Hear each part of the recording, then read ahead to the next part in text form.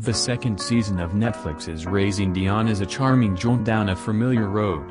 Convenient in its pathing with nary a twist in sight, most of the story beats can be seen coming from afar. That said, the newly developed areas of interest make the journey more than worth taking. Picking up 2 years after the events of the first season, the show depicts Nicole Reese, Alicia Wainwright, and her now 10-year-old son Dion's, Josiah Young, continued efforts to juggle everyday life with that of the supernatural.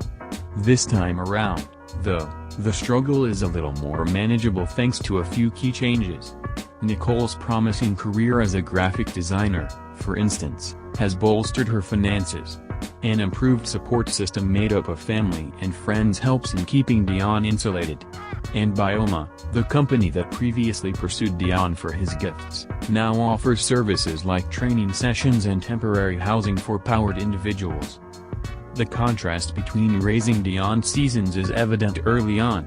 While the first provided an origin, the discovery of latent abilities led to an exciting, yet dreadful period where the promise of adventure was overshadowed by several looming threats. This season offers an experienced perspective, where an older, more confident Dion has learned to control his powers. That's not to say life is stress-free, of course. Raising Dion's unique family dynamic remains compelling. The clashing viewpoints of a concerned parent and super child still permeate most of the on-screen drama. This entertaining aspect of Raising Dion was broadened to include several new and returning characters.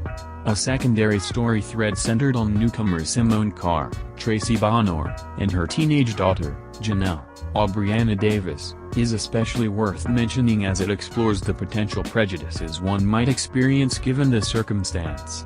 This includes inward and outward struggles, depicted in an unhealthy mother-daughter relationship and a shared perspective on racial issues. There's a solid scene that succinctly addresses the repercussions of calling the authorities on black people who are perceived to be a threat. Like Dion's powers, the show continues to evolve.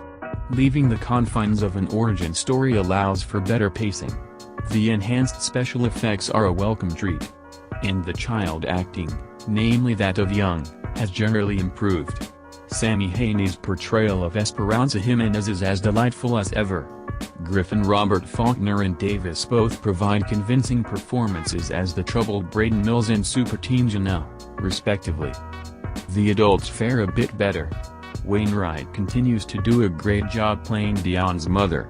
She seems to even draw a stronger performance from Young, resulting in some of the show's most emotional scenes. That is, when they aren't outdone by Jasmine Simon's portrayal of Kat, Nicole's sister. She still steals every scene she's in.